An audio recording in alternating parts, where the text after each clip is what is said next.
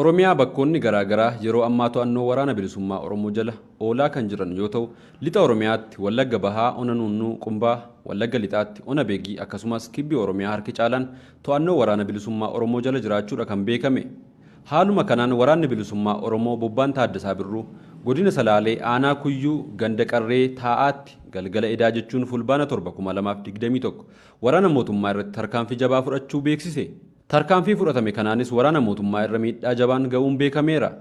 Baha Oromiyaa Harargee Lixaa Asaboot Araddaa Daalachaa iddoo addaa Jimaa Jaarsoo jedhamutti waraanni bilisummaa Oromoo humna addaa Oromiyaa irratti tarkaanfii fudhatee gariin ajjeesee gariin ammoo madoo gochuu ifoomseera. Kanneen tarkaanfiin irratti fudhatames waraqaa eenyummaa isaanii waliin uummataaf ifa oolchuudha waraanni bilisummaa Oromoo onichaa kan beeksise. Akkasumas meeshaa irraa hiike moonaa qabsoo bilisummaa Oromoof galii godheera.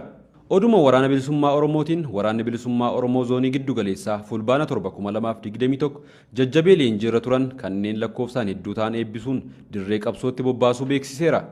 Waraanni bilisummaa Oromoo yeroo ammaa baay'inaan onoota Oromiyaa bakkoota adda addaa irraa leenjii xumuranii eebbifamuun dirree qabsootti makamaa jiraachuun beekamaadha.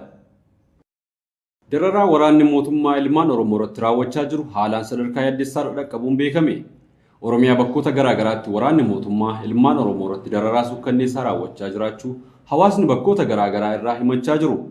Waraanni mootummaa Abiyyi Ahmed kan mootummaa Bilxiginnaa aangoo irratti tiksan uummata nagaa gariin shaneettiin jechuun yoo ajjeesan gariin ammoo hidhaa kaan ammoo mana irratti gubaa jiraachuun beekamaadha. Kanuma hordofee godina Salaalee Aanaa warra Jaarsoo ganda Bobbee Liibanitti waraanni mootummaa kaleessa fulbaana 7/2021 mana uummataa gubaa ooluu Shinniiggaan odeeffate. Namoota manni jalaa gubate kunneen Abbabee Dammuu, Geetaachoo Bultoo, Tasammaa Bodaa'ee, Kisoo Masqalaa, Dirriboo Masqalaa, Faayisaa Amansiisaa, Nugusaa Gizaachoo Galataa fi Amansiisaa Araarsaa yoo ta'an kan gubate mana namoota 9 ta'uunis barameera. Oduma wal fakkaatuun barattoonni yuunivarsiitii Jigjigaa haala hamaa keessa jiraachuu dhaammatan.